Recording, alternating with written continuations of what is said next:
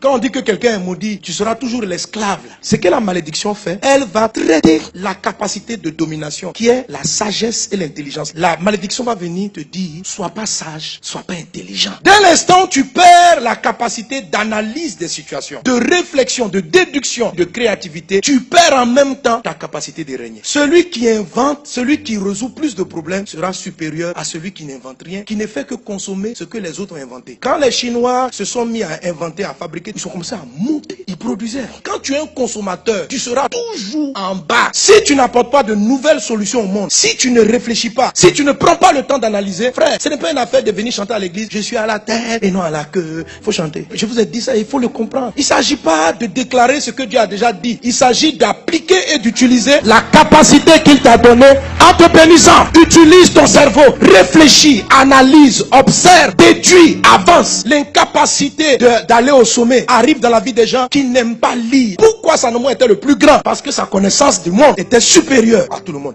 Si tu veux être un bon leader, tu dois beaucoup lire, tu dois apprendre, tu dois avoir des connaissances sur beaucoup de sujets. On n'a pas dit de tout maîtriser, mais comprends un peu la comptabilité, comprends un peu l'administration, comprends un peu tout ça. Si tu es paresseux intellectuellement, tu ne veux pas apprendre. Dieu a beau prononcer, tu seras à la tête. Tu ressembles à un homme à qui on a dit, tu as la capacité d'être fécond, mais qui refuse de dormir avec sa femme. Tu ne peux pas avoir le bébé, tu ne peux pas être à la tête. Si tu ne prends pas le temps d'observer les problèmes que tu as et réfléchir pourquoi est-ce qu'ils arrivent. Tu veux dominer, ta famille est sujet à tout le temps des problèmes. Et tu vas avoir l'ascendant sur ces situations. Réfléchis pourquoi il y a des problèmes dans ton couple. Il y a des gens qui m'écrivent souvent, pasteur, j'ai prié de toute manière, mon foyer ne va toujours pas. Mais si tu parles toujours mal à ton mari, comment ton foyer peut aller bien? Il suffit de réfléchir un peu pour changer ta manière de parler. C'est trop facile de déléguer vos problèmes à des démons. Ce sont des excuses. Les sorciers me poursuivent. Ce sont des excuses. Je sais que la sorcellerie existe, mais arrêtez. Vous n'allez pas vous en sortir. Quand tu vois une personne de génération en génération dans la famille, tout le monde est pauvre. Les gens sont en dessous.